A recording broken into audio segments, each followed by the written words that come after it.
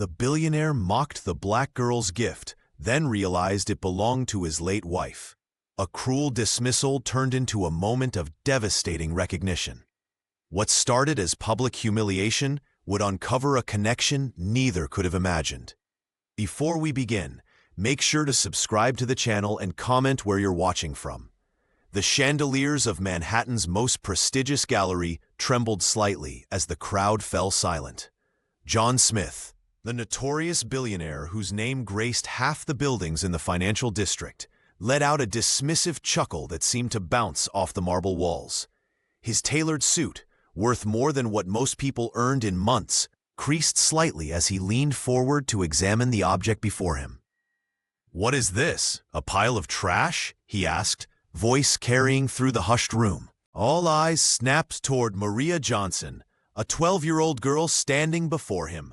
Her dark fingers clutched a crooked sculpture made of twisted wire, bottle caps, and what appeared to be fragments of colored glass held together by clay. The piece caught the light in unexpected ways, creating patterns on the polished floor that danced like water. Maria's hands trembled visibly, but her gaze remained unwavering as she looked up at the towering figure of the businessman. The gallery patrons shifted uncomfortably. Some exchanged knowing glances, others stared at their champagne flutes, suddenly fascinated by the bubbles rising to the surface. The curator, who had reluctantly allowed this interruption during the exclusive preview event, hovered nervously at the edge of the gathering. John's words echoed through the marble halls, drawing gasps and a hush deeper than any applause had garnered that evening. The silence that followed felt like a physical weight pressing down on everyone present. Even the waitstaff froze mid-step, trays of hors d'oeuvres suspended in midair. Maria's lips parted, her voice trembling, but clear enough to reach every corner of the room. "My mama told me to give it to you. She said you'd remember." The billionaire's expression flickered for just a moment. Confusion, then something else, something that didn't belong on the face of New York's most ruthless real estate magnate. He straightened his posture, his knuckles whitening around the stem of his crystal glass. From the back of the crowd, Sarah Johnson watched her daughter with a mixture of pride and apprehension. The housekeeper had chosen this public venue deliberately, knowing John couldn't simply dismiss them here. Surrounded by the city's elite, her heart pounded as she saw the first crack in his carefully constructed facade. The sculpture sat between them now, not just an object, but a challenge, a memory, a bridge between worlds that were never meant to intersect. In the gleaming gallery filled with priceless art, this crooked creation, made of discarded things, commanded attention in a way that million-dollar paintings somehow couldn't. For a heartbeat, John Smith felt the blood roar in his ears, a tsunami of conflicting emotions, threatening to drown him. Anger surged first. How dare this child embarrass him in front of Manhattan's elite? Then came the hot flush of embarrassment, spreading across his face as he registered the shocked silence of the gallery patrons around him. "I don't understand what this is supposed to be," he said more quietly, attempting to salvage his dignity. The words hung in the air, hollow and insufficient. But as he turned to walk away, something at the base of Maria's sculpture caught his eye. A faded blue ribbon, carefully woven through the seemingly random pieces of metal and wood, tied with a distinctive double-loop knot that stopped him cold. The billionaire's fingers trembled as they reached toward it, not quite touching. Jennifer had worn that very ribbon on their final anniversary dinner. He remembered how it had caught the candlelight as she laughed across the table at Le Bernardin, her eyes still bright, despite the illness that was slowly claiming her. The ribbon had disappeared afterward, lost, he'd assumed, to the chaos of hospital visits, medications, and eventually the crushing weight of grief that followed her passing. "Where did you get this?" he whispered, his voice barely audible even to himself. The gallery around them seemed to fade away as John stared at the ribbon. It was unmistakable, the particular shade of cornflower blue that Jennifer had always said reminded her of summer skies in Central Park. The same ribbon she'd insisted on wearing instead of expensive jewelry, claiming it brought her more joy than diamonds ever could. Now it stared back at him, woven through a child's creation, a child he'd just publicly humiliated. The realization struck him like a physical blow. This wasn't just any ribbon. It was a piece of Jennifer herself, somehow finding its way back to him through the hands of this young girl. "My mom said it was special," Maria said, her voice small but steady. "She said it belonged to someone who knew how to see beauty in broken things." John's chest tightened painfully. The gallery lights suddenly seemed too bright, the air too thin. How could this child, this stranger, possess something so intimate, so precious? And how could she speak words that sounded as if they'd come directly from Jennifer's lips? He glanced across the room, seeking escape, and locked eyes with Sarah Johnson. The housekeeper, no, the woman who had spent nearly a decade in his home, held his gaze with an intensity that demanded recognition. In that moment, he understood there was more to this encounter than a simple misunderstanding. Much more. Sarah Johnson stood at the edge of the crowded gallery, her posture straight and dignified despite the service uniform she'd worn all day. Her eyes, fixed on her daughter and the billionaire, held equal measures of warning and unmistakable pride. The murmurs of the art crowd washed around her like waves breaking against stone. She remained unmoved, watchful. For nearly 10 years, Sarah had cleaned John Smith's sprawling penthouse, dusted his awards, and polished surfaces that reflected his wealth back at him. But that wasn't the whole truth. She had been Jennifer Smith's confidant, her creative partner in quiet afternoon sessions while the businessman traveled the world. The housekeeper had witnessed Jennifer's decline, held her hand during treatments, and promised to keep certain matters private. Promises Sarah honored still, even 3 years after Jennifer's passing. "She always said you'd understand someday," Sarah whispered to herself, watching John's face transform as recognition dawned. The blue ribbon had been Jennifer's signature, her way of marking things that mattered. John stumbled backward, nearly colliding with a waiter carrying champagne flutes. The room seemed to tilt around him as memories crashed through the carefully constructed walls of his grief. Jennifer's laughter, musical and uninhibited, echoed in his mind. He remembered how his late wife would collect discarded items from their travels. A broken music box from Paris, tarnished buttons from London antique shops, scraps of fabric from Tokyo markets. "She makes treasure from what others throw away," he'd once told a business associate, more dismissive than proud. Now, looking at Maria's sculpture with its familiar blue ribbon, John felt the crushing weight of understanding. Jennifer had spent afternoons teaching Sarah's daughter to see beauty in broken things while he attended board meetings and acquisition dinners. The sculptor standing before him, this 12-year-old girl he'd just publicly humiliated, had learned directly from his wife's hands. The gallery lights suddenly seemed too bright. John pushed through the whispering crowd, his expensive shoes clicking against marble floors. He needed air, space, anything to escape the suffocating pressure of revelation. Behind him, Sarah moved protectively toward Maria, placing a gentle hand on her daughter's shoulder. "He remembers now," Sarah said softly to Maria. "Give him time." John burst through the gallery's side exit into the cool Manhattan evening. He leaned against the building's stone facade, breath coming in short gasps, the weight of memory pressing on his chest like a stone. In his mind, Jennifer's voice whispered clearly, "There are stories in the things we discard, John. You just need to listen." That night, John Smith paced across his Manhattan penthouse, his footsteps echoing against marble floors. The vast space felt emptier than usual, populated only by gleaming awards and expensive art that suddenly seemed meaningless. The encounter with the young girl had shaken him to his core. With trembling hands, he pulled Jennifer's storage boxes from the back of his walk-in closet. He hadn't touched them since her passing 3 years ago. finding it easier to lock away the pain than confront it. Now, desperation drove him forward as he tore through the cardboard containers, searching for answers. Inside the third box, beneath layers of carefully folded memories, he found it, a pale blue silk scarf identical to the ribbon on Maria's sculpture. His fingers traced the delicate fabric, remembering how it had complemented Jennifer's eyes. She'd worn it on their last anniversary dinner, at that little Italian restaurant she loved in the village.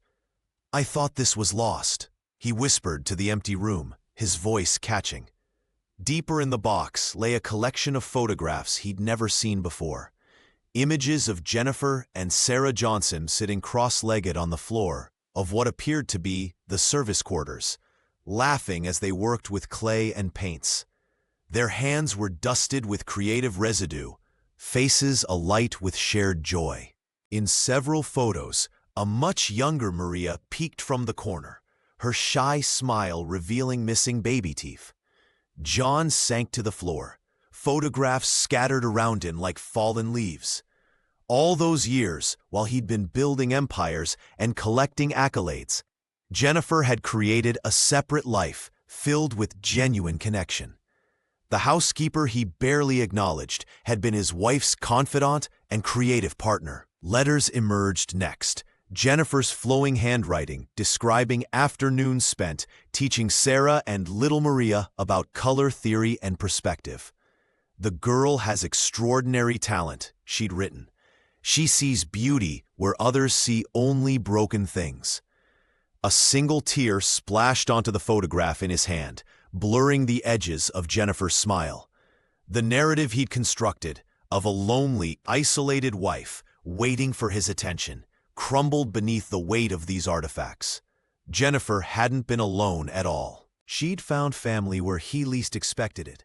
John stared out at the glittering Manhattan skyline, the city lights blurring through his tears.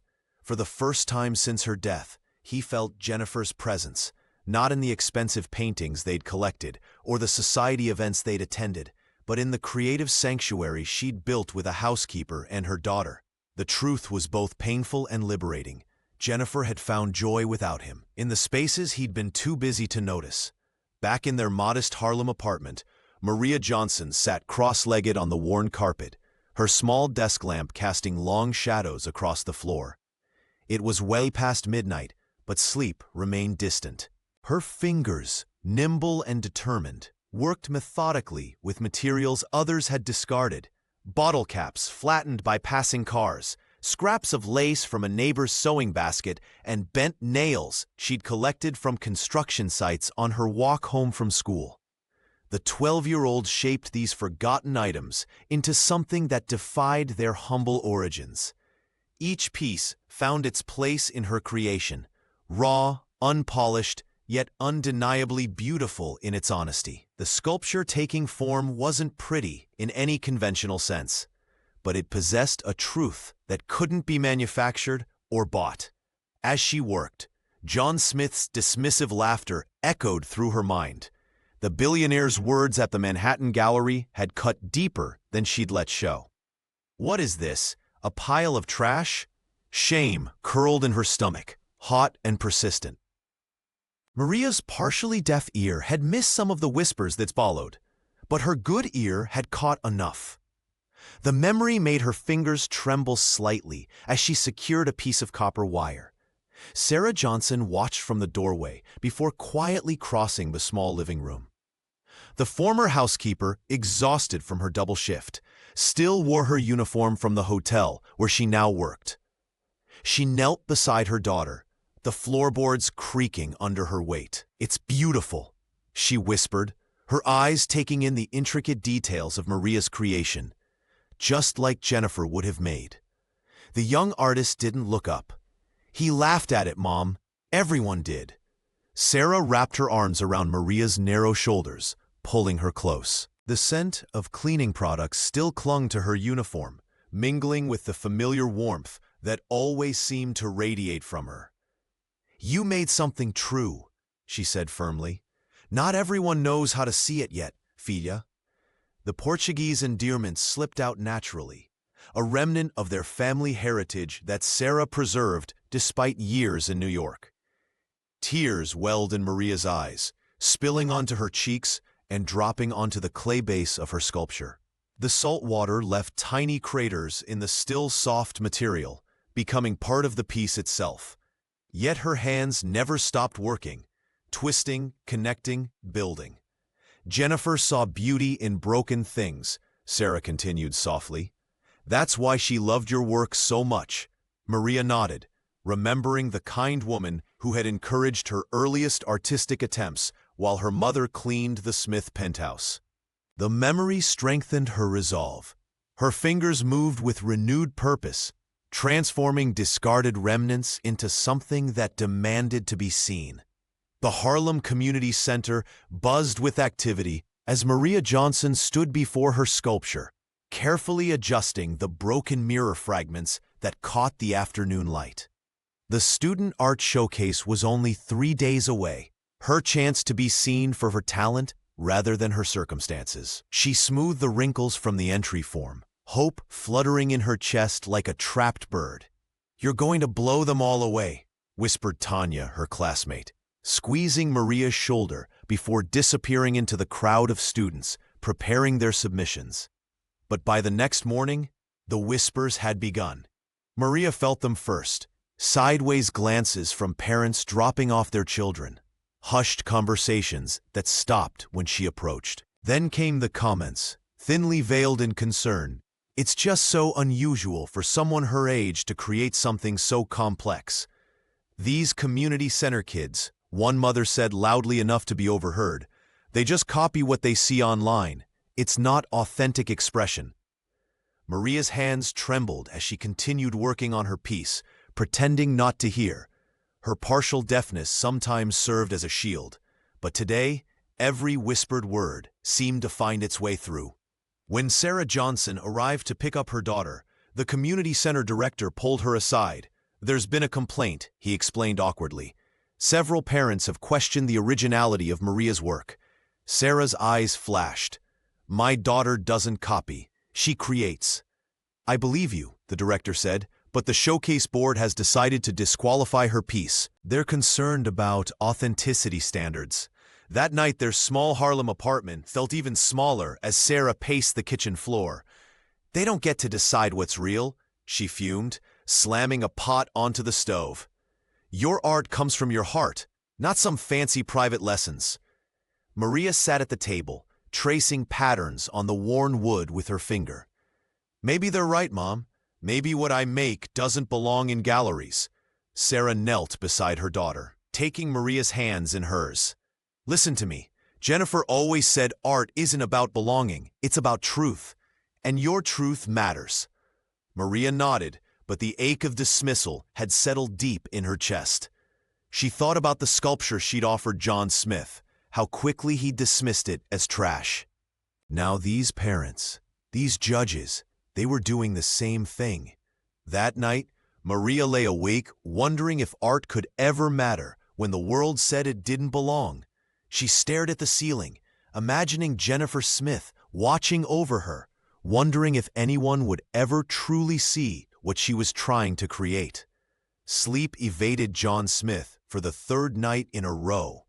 The memory of the gallery incident kept replaying in his mind.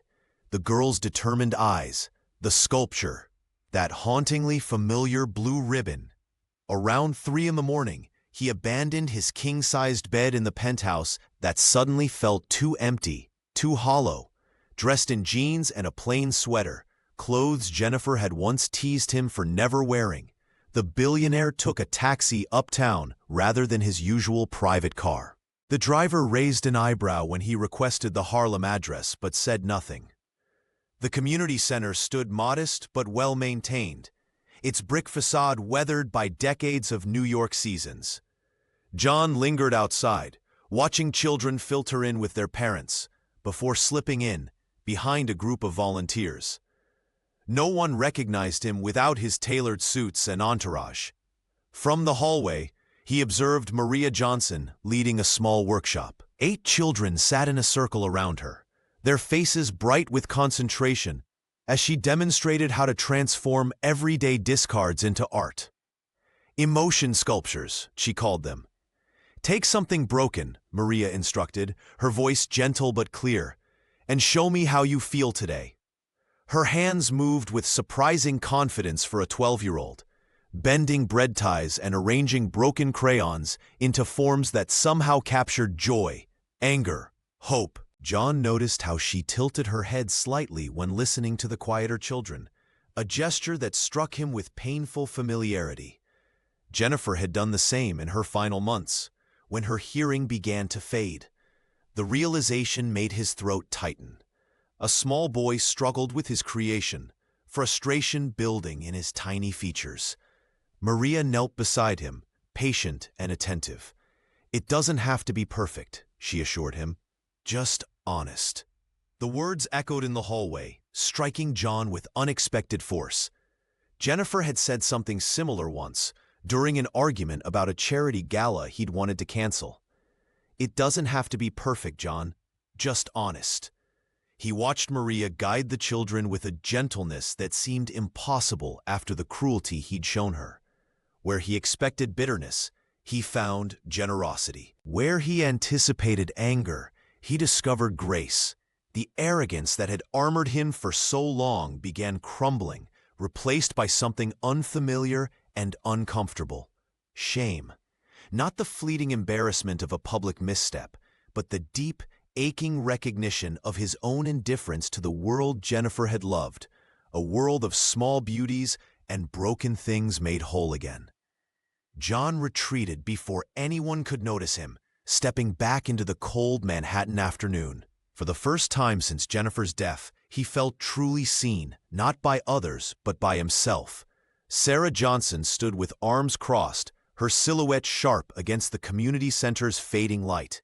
She had watched John Smith lurking outside for 3 evenings straight, his expensive coat and careful posture betraying him despite the baseball cap pulled low over his eyes.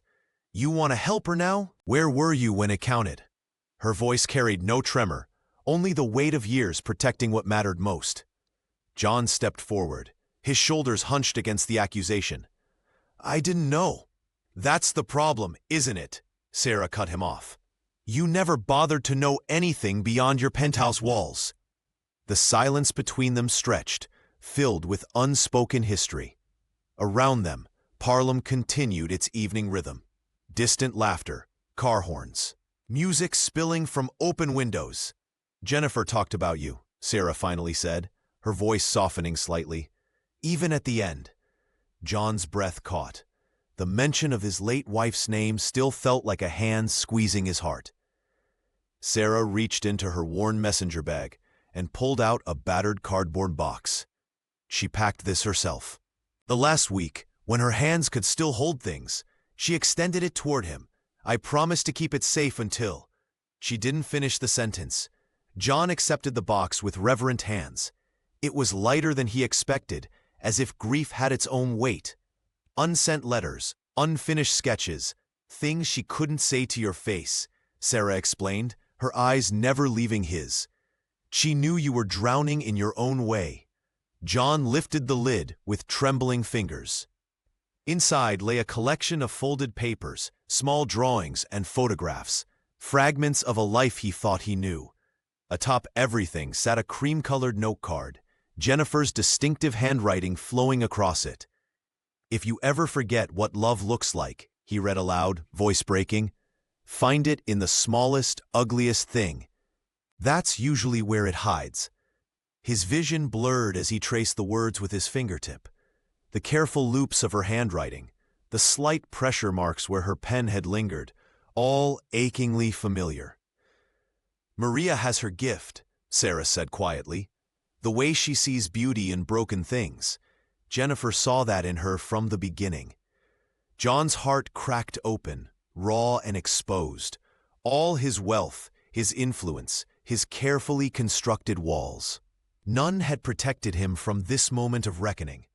"Thank you," he whispered, clutching the box to his chest. Sarah nodded once, then turned to leave. "Don't thank me yet. What you do with it matters more than having it." John Smith arrived at the community center with a sleek leather portfolio tucked under his arm. The security guard recognized him despite his attempt at casual dress. Billionaires carried themselves differently, even in jeans. He found Maria Johnson in the art room, carefully arranging bottle caps in a spiral pattern while other children worked nearby. "I'd like to speak with you," John said, his voice softer than the day they'd first met. Sarah Johnson appeared instantly at her daughter's side, protective as always. "It's okay, Mom," Maria whispered, setting down her work. The 12-year-old led him to a small table in the corner, her posture straight despite her wariness. John opened his portfolio, revealing architectural renderings of a stunning new gallery wing. "I want to make things right," he explained, spreading the glossy images across the table. "A dedicated space for artists from underrepresented communities. You would help select the exhibitions, have final approval on everything." Maria studied the drawings, her fingers hovering over the pristine white walls and soaring ceilings. For a moment, John thought he'd succeeded. This was how problems were solved in his world. Write a check, build a building, name it after someone. "How much?" she asked finally, looking up at him. "Excuse me? How much are you spending on this?" Her voice remained steady, unimpressed. John named a figure that would have made most adults gasp. Maria simply nodded. "You still want my story," she said, pushing the portfolio back toward him. "You just want it cleaner." The billionaire blinked, caught off guard. "I don't understand. This isn't about a building," Maria explained, gesturing toward the children working with scraps and discarded materials. "It's about who gets to decide what art matters. You're still deciding." Sarah watched from across the room, her face a mixture of pride and concern. "I'm trying to help," John insisted, frustration edging into his voice. "I know," Maria replied, her tone gentler now. "But you're trying to help the way you want to help, not the way we need help." The rejection stung, but something in her words penetrated the armor John had built around himself over decades. For the first time since Jennifer's death, he truly listened, not to respond, but to understand. As he gathered his expensive renderings, John realized that true repair couldn't be purchased. It required humility to learn, patience to understand, and the courage to change, not just circumstances, but himself. "What would Jennifer have done?" he asked quietly. Maria smiled, a small, genuine gesture. "She would have asked first." Maria Johnson's name began appearing in local art blogs, then neighborhood newsletters, and finally, the New York Times. The 12-year-old who had stood up to billionaire John Smith became an overnight sensation, her story spreading through Manhattan like wildfire. Some called her brave, a symbol of resistance against privilege. Others whispered that she was just a pawn in a larger game of social politics. "You're trending," her classmate Deshawn said during lunch, showing Maria his smartphone. "My mom says you're going to be famous." She stared at the screen, uncomfortable with the stranger these articles described, a fearless crusader, a voice for the voiceless. That wasn't how she saw herself at all. At school, the attention became suffocating. Teachers who had previously ignored her art now asked her to speak to the class. Students who had never spoken to her suddenly wanted to sit at her table. But worst of all were the friends who drifted away. "You're not even the same person anymore," Jasmine, her best friend since 3rd grade, said one afternoon. "Everyone's just using you because you're the poor girl who stood up to the rich man. It's gross." Maria wanted to explain that nothing had changed. She was still the same person who collected bottle caps and bent wire into shapes when she was nervous. But the words wouldn't come. Sarah noticed her daughter's withdrawal. One evening, she found Maria hunched over her desk, tears silently falling onto a new sculpture made from discarded buttons and rusted keys. "Talk to me, Filia," Sarah said, placing a gentle hand on Maria's shoulder. "I didn't ask for any of this," Maria whispered. "Now I'm just a story people tell, not a real person." That night, Maria deleted her social media accounts and unplugged the phone. She retreated to the small corner of their apartment that served as her studio, working in silence broken only by the occasional car horn from the Harlem streets below. The pressure of expectation weighed on her small shoulders. Art critics suddenly scrutinized her work, looking for political statements in every bent nail and twisted wire. Galleries that had previously rejected her now sent representatives to their door, hoping to capitalize on her 15 minutes of fame. But in solitude, Maria found her voice. She created not for headlines or approval, but for the same reason she always had, because the material spoke to her, because Jennifer had taught her through Sarah that beauty lives in broken things. Her hands moved with purpose, shaping a new piece that told her truth, not the story others wanted from her. In the quiet hours of creation, she rediscovered the bravery that had never actually left. It had just been drowned out by the noise. Sarah Johnson sat on the edge of Maria's bed, her fingers tracing the worn edges of a faded blue scarf. The evening shadows stretched across their small Harlem apartment as the weight of unspoken truths hung between them. "There's something I need to tell you about Jennifer," Sarah began, her voice barely above a whisper. "She wasn't just my employer." She paused, gathering courage. "Jennifer Smith was my closest friend and creative partner for almost 10 years. Maria's eyes widened as her mother revealed how she and Jennifer would spend afternoons experimenting with clay and paint while John was away on business trips. The wealthy woman had recognized something in Sarah that others had overlooked, a raw artistic talent that had been buried beneath years of practical necessity. "The scarf you saw in that sculpture, Jennifer gave it to me during her final months," Sarah continued, tears gathering. "Her hands had grown too weak to tie it herself. She made me promise to keep creating, even when she couldn't anymore." Maria listened, piecing together fragments of memories, hushed conversations, art supplies appearing mysteriously in their apartment, the way her mother would sometimes disappear into her own thoughts with a sad smile. "That sculpture you gave to John," Sarah said, reaching under Maria's bed to pull out a dusty wooden box. "It wasn't entirely yours." Inside lay sketches, half-formed clay pieces, and notes in Jennifer's delicate handwriting. Maria recognized the foundation of what had become her sculpture, the basic structure she had found years ago and instinctively continued working on, adding her own elements without understanding its origin. "Jennifer started it during her last days," Sarah explained. "She couldn't finish it. When I brought her things home after she passed, this box came too. I couldn't bear to look at it then." Maria touched the unfinished pieces reverently. "So when I gave it to him, you were completing something she began," Sarah nodded. "That's why I encouraged you to give it to him. I thought he might recognize her touch in it." The 12-year-old artist sat back, overwhelmed by the connection she unknowingly shared with a woman she barely remembered.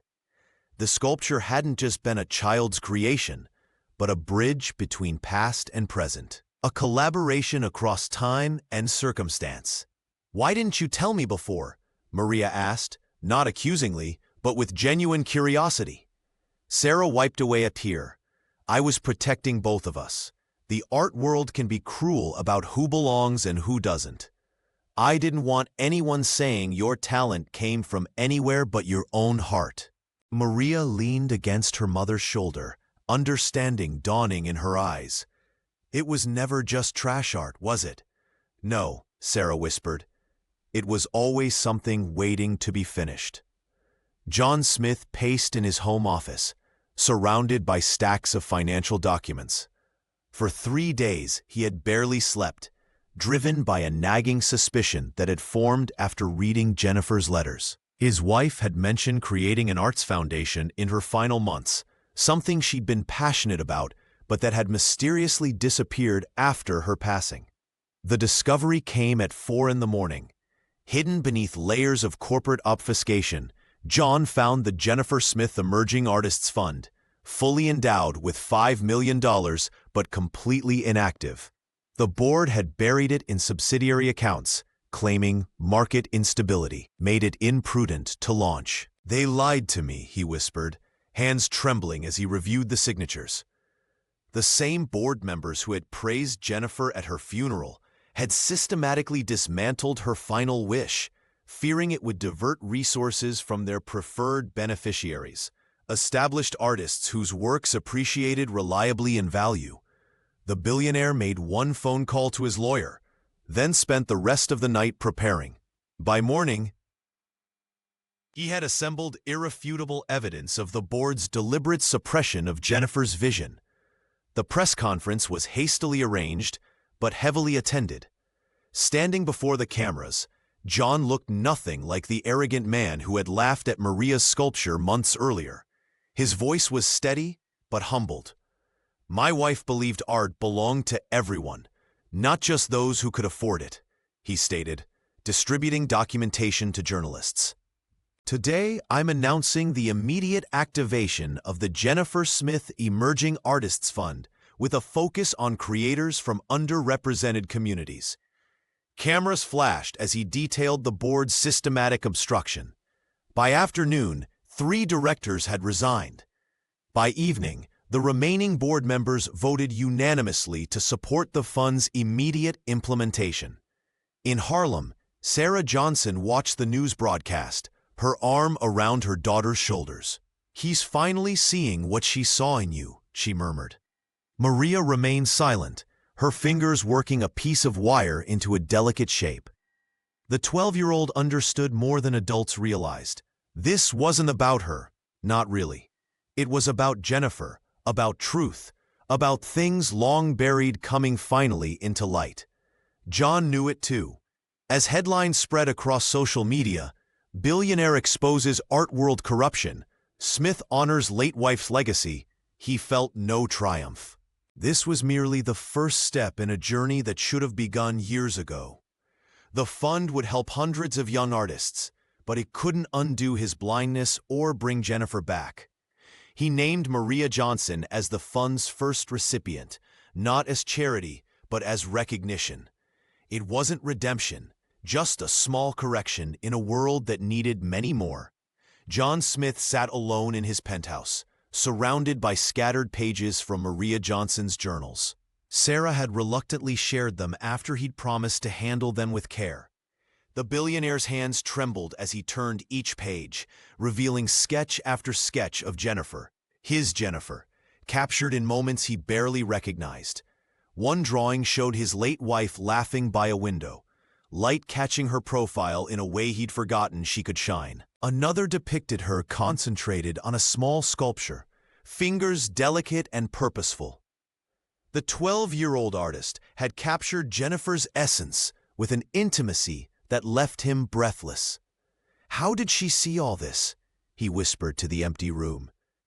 In one particularly striking sketch, Jennifer appeared gaunt, clearly during her illness, but her eyes burned with determination as she guided Maria's small hands over clay. The date in the corner revealed it was just 3 weeks before she passed away. John traced the lines with his fingertip, noticing details he'd missed in his own wife. The specific way she tucked hair behind her ear, the slight asymmetry of her smile, the concentration furrow between her brows that appeared when she created something. These weren't the polished society portraits that hung in galleries. These were raw, honest glimpses of a woman fully alive, even as she was dying. Jennifer appeared more vibrant in these childish sketches than in any professional photograph they'd commissioned. A note in the margin of one page caught his eye. "Mrs. J says beauty isn't in perfection, but in truth. I don't know what that means, but I like how she says it." Tears blurred his vision as he realized how much of his wife had flourished in spaces he never bothered to look. The kitchen where she spoke with Sarah, the small studio where she taught Maria, the community center where she volunteered. While he'd been building his empire, Jennifer had been building connections that outlasted her physical presence. The man who prided himself on seeing value where others missed it had failed to see the richest parts of his own wife's life. John carefully gathered the sketches, overwhelmed by grief that felt fresh yet different. Not just for Jennifer's absence, but for his absence while she was present. He wept openly, alone in his monument to success, understanding for the first time that wealth had made him blind to the true treasures under his roof. "I missed everything," he whispered, clutching the journals to his chest.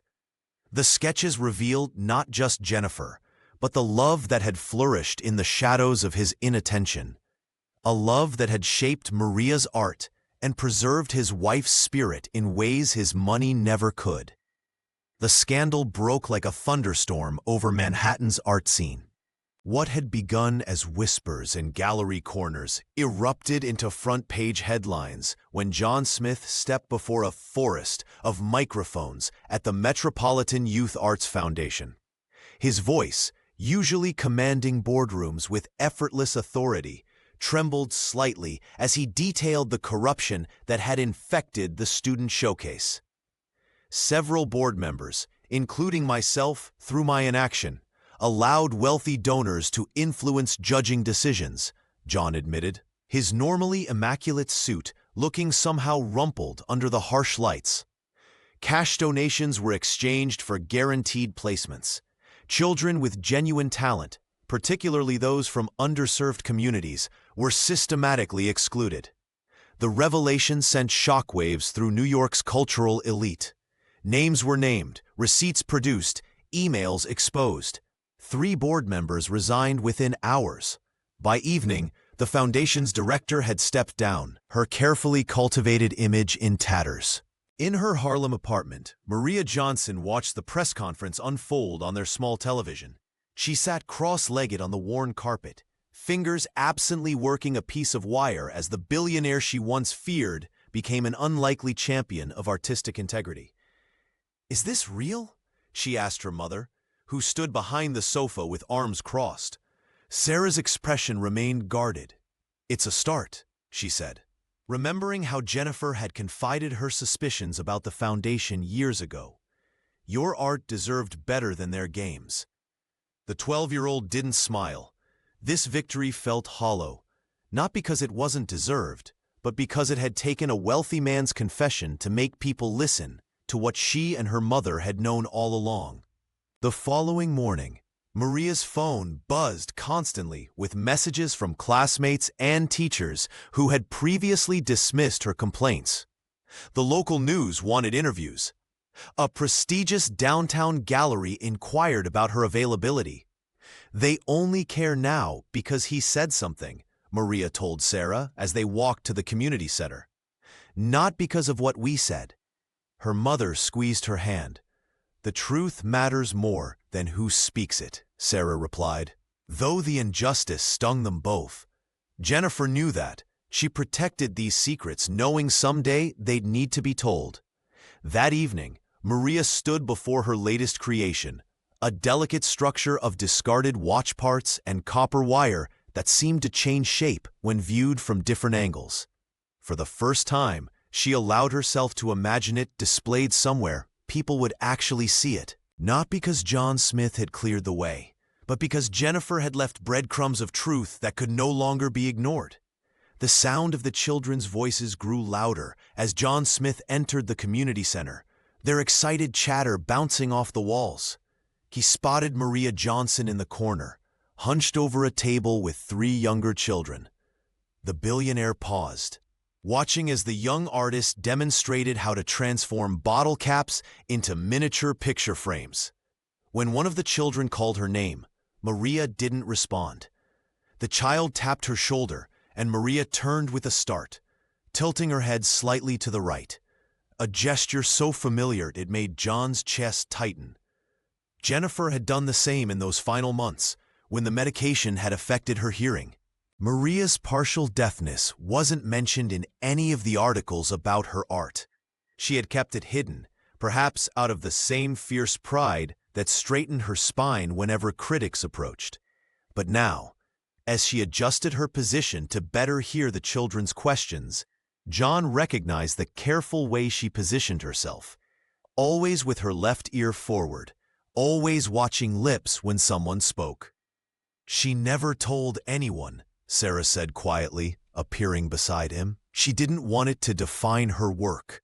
John nodded, unable to speak past the lump in his throat. The resemblance to Jennifer in that moment was uncanny, not in appearance, but in spirit. His late wife had hidden her hearing loss for months, determined not to be treated differently. Jennifer did the same thing, he finally managed, tilted her head just like that. Sarah's eyes softened. "I know." Maria picked it up from her, during those afternoons they spent together. Jennifer taught her it wasn't something to be ashamed of. The connection struck John like a physical blow. This wasn't just about a sculpture or a ribbon.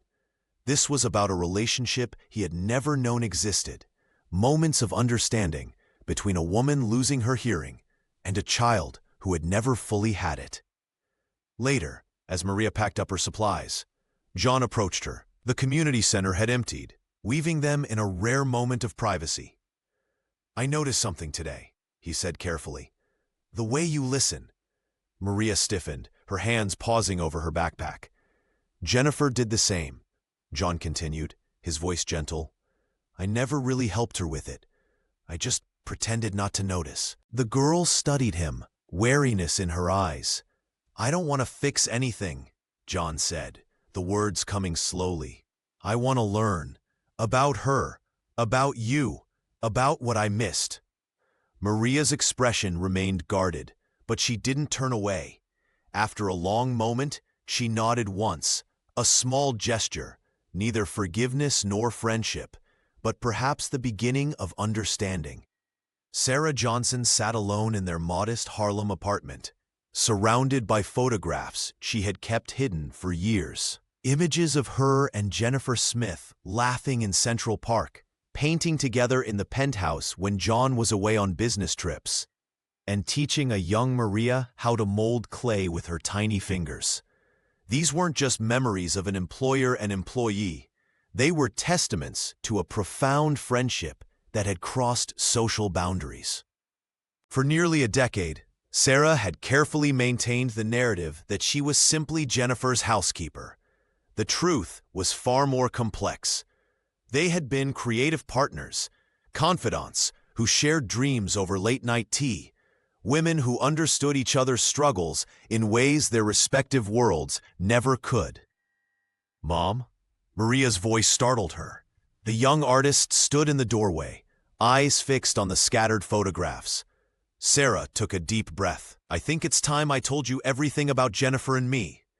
As twilight settled over the city, Sarah revealed how she downplayed their friendship to protect Maria from the whispers that would have followed.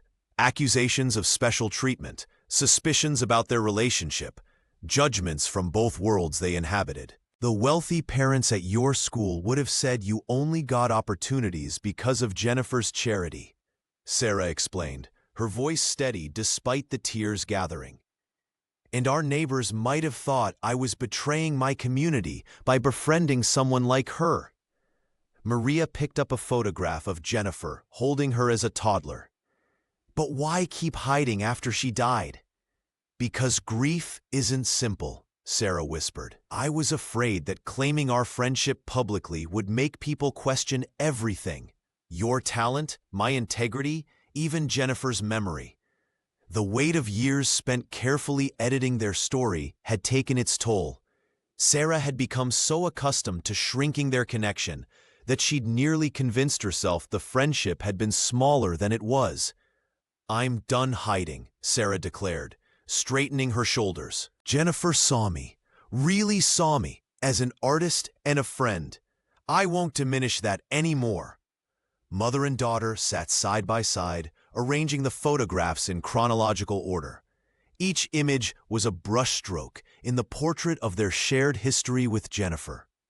"We are not just our suffering," Sarah said, taking Maria's hands in hers. "We're also the joy we created, the art we made, the love we shared." Maria nodded, understanding flowing between them without words. They were more than survivors of loss and prejudice. They were creators of beauty, keepers of memory, and now tellers of their own unedited story. Together they stood, framed in the window of their small apartment, silhouettes against the Manhattan skyline, no longer diminishing their truth to fit into spaces others had designed for them. The new gallery wing opened on a Tuesday morning, without the customary champagne or velvet ropes that typically marked Manhattan art debuts. This had been Maria Johnson's only demand when John Smith proposed the space. No speeches, no cameras, just an open door and the promise of creation. Inside, the transformed space hummed with life. Children sprawled on the polished concrete floor, fingers sticky with watercolors. Elderly visitors shared stories from wooden stools, their weathered hands gesturing as they spoke of art they'd loved and lost. The rich scent of linseed oil mingled with clay dust and coffee, creating an atmosphere more reminiscent of a community workshop than a prestigious gallery. Maria moved through the space quietly, her partial deafness making her more attuned to the visual rhythm of the room. She wore simple clothes, jeans and a paint-spattered sweater, and carried herself with the careful dignity of someone who had learned to navigate both attention and invisibility. At the center of the gallery stood her newest creation. Unlike the sculpture that had first connected her to John, this piece possessed a delicate, almost ethereal quality. The 12-year-old had transformed Jennifer Smith's cherished tea set, rescued from a thrift store in Harlem where Sarah Johnson had spotted it last month, into something both broken and beautiful. Porcelain fragments formed the spiraling tower, each piece meticulously positioned to catch light from different angles. "She used to serve tea in these cups," Sarah whispered to an elderly woman examining the work, even when her hands shook too badly to hold them steady. The mother's eyes reflected both pride and sorrow as she watched visitors circle her daughter's creation. In a quiet corner, partially hidden by a structural column, John wept silently. The billionaire who once commanded boardrooms with cold precision now stood humbled, his handkerchief pressed against his mouth to muffle the sound. He recognized fragments of the tea set, the delicate blue flowers Jennifer had traced with her fingertip during their last anniversary, the chipped handle she'd refused to discard because perfect things don't tell honest stories. No photographers documented his tears. No journalists recorded his reaction. In this moment, he was neither celebrated nor condemned, simply a man confronting the physical manifestation of his loss and awakening. A small boy approached Maria, pointing to the sculpture. "How did you make the broken parts look like they're floating?" She smiled, kneeling beside him.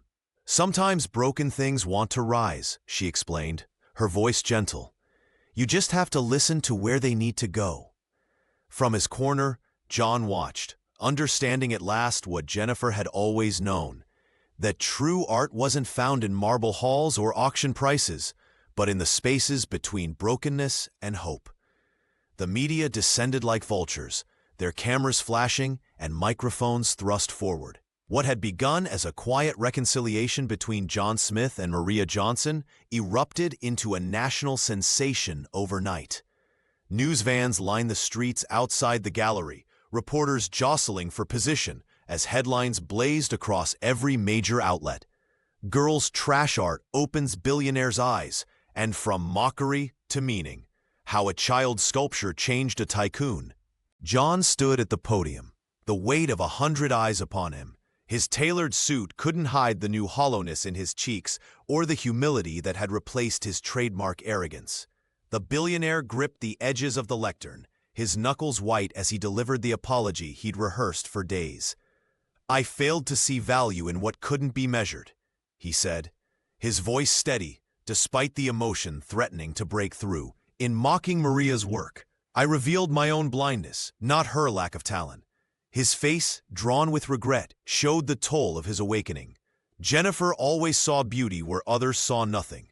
I've spent 10 months learning what she knew all along." The reporters surged forward, hungry for tears, for drama, for the perfect soundbite to complete their redemption narrative.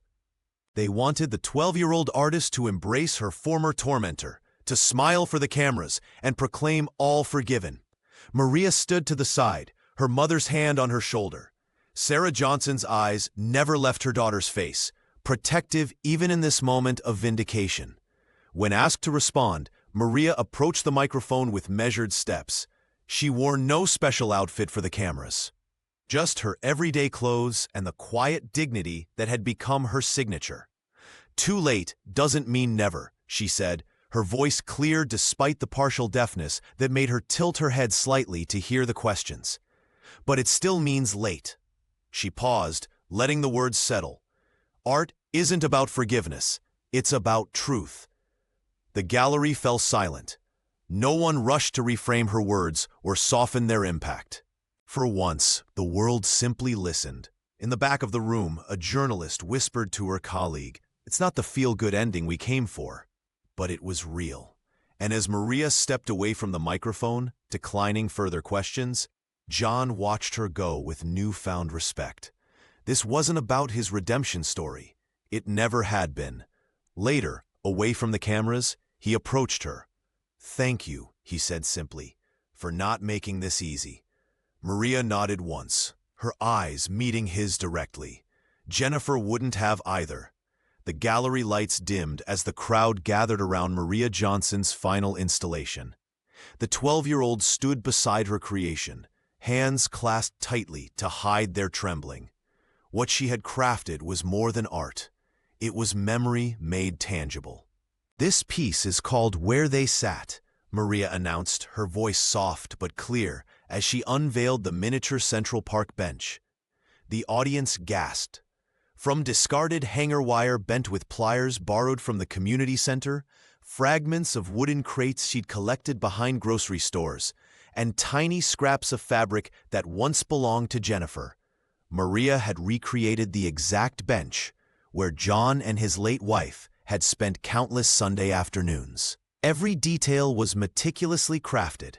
The slight tilt of the left armrest, the carved initials nearly worn away by time and weather, even the view of the pond visible from that exact spot. It wasn't just a bench. It was a moment frozen in time, captured by hands that understood the language of loss. Sarah Johnson watched from the sidelines, tears streaming silently down her face. She recognized Jennifer's favorite reading spot immediately. How many times had her friend described it in detail during their late-night conversations over tea and clay? "She told me it was where you proposed," Maria said, looking directly at John Smith for the first time that evening. "And where you went every anniversary, even when she was too sick to walk there herself." The billionaire stood motionless, the polished facade of Manhattan's most ruthless businessmen crumbling before everyone's eyes. He approached the sculpture slowly, as one might approach a wounded animal. No security detail followed him. No assistants hovered nearby. The man who once commanded boardrooms with a single glance now moved with the hesitant steps of someone navigating unfamiliar territory. John reached out, his fingers hovering just above the miniature bench without touching it. The gallery fell silent. Even the photographers lowered their cameras, sensing they were witnessing something too intimate for public consumption. "How did you know about the bird?" he whispered, pointing to a tiny sparrow perched on the bench's corner, a detail no photograph had ever captured. "She told my mom, said it landed there every time, like it was checking on you both." Maria's voice remained steady, though her eyes reflected both challenge and understanding. For a moment, they stood together, the girl from Harlem, who created beauty from discarded things, and the man who had spent decades collecting treasures without seeing their worth. No words passed between them, but something shifted in the space they shared. It wasn't forgiveness exactly, but perhaps its beginning.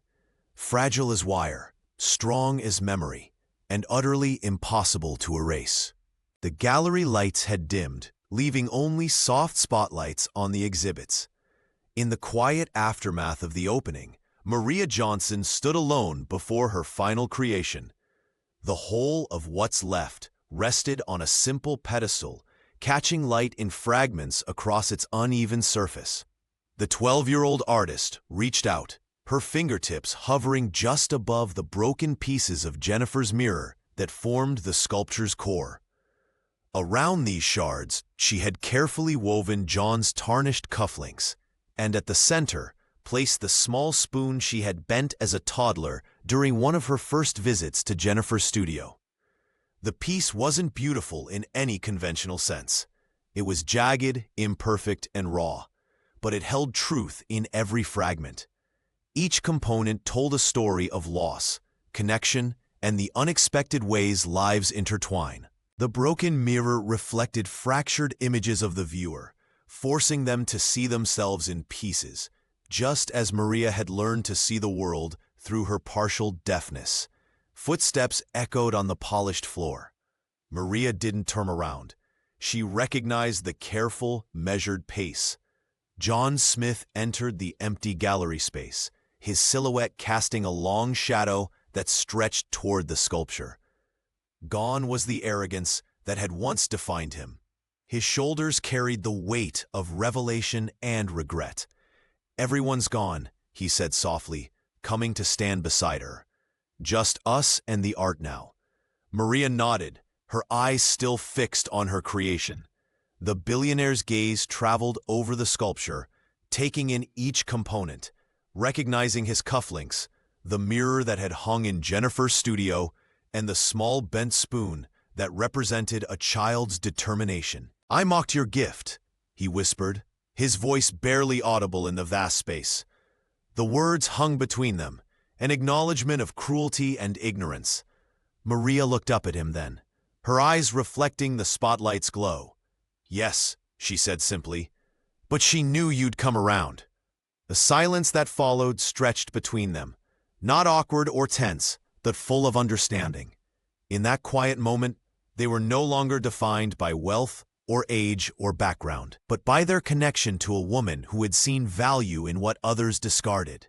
John reached into his pocket and pulled out a small object, Jennifer's blue ribbon, now carefully preserved. He placed it gently beside the sculpture. "Not part of the piece," he said, "just returning it to where it belongs." Maria smiled, a genuine expression that transformed her serious face. She didn't reach for the ribbon, didn't move to incorporate it. Some things weren't meant to be art, they were meant to be remembered. The broken mirror caught their reflections, two unlikely allies standing side by side, their fractured images somehow forming a complete picture.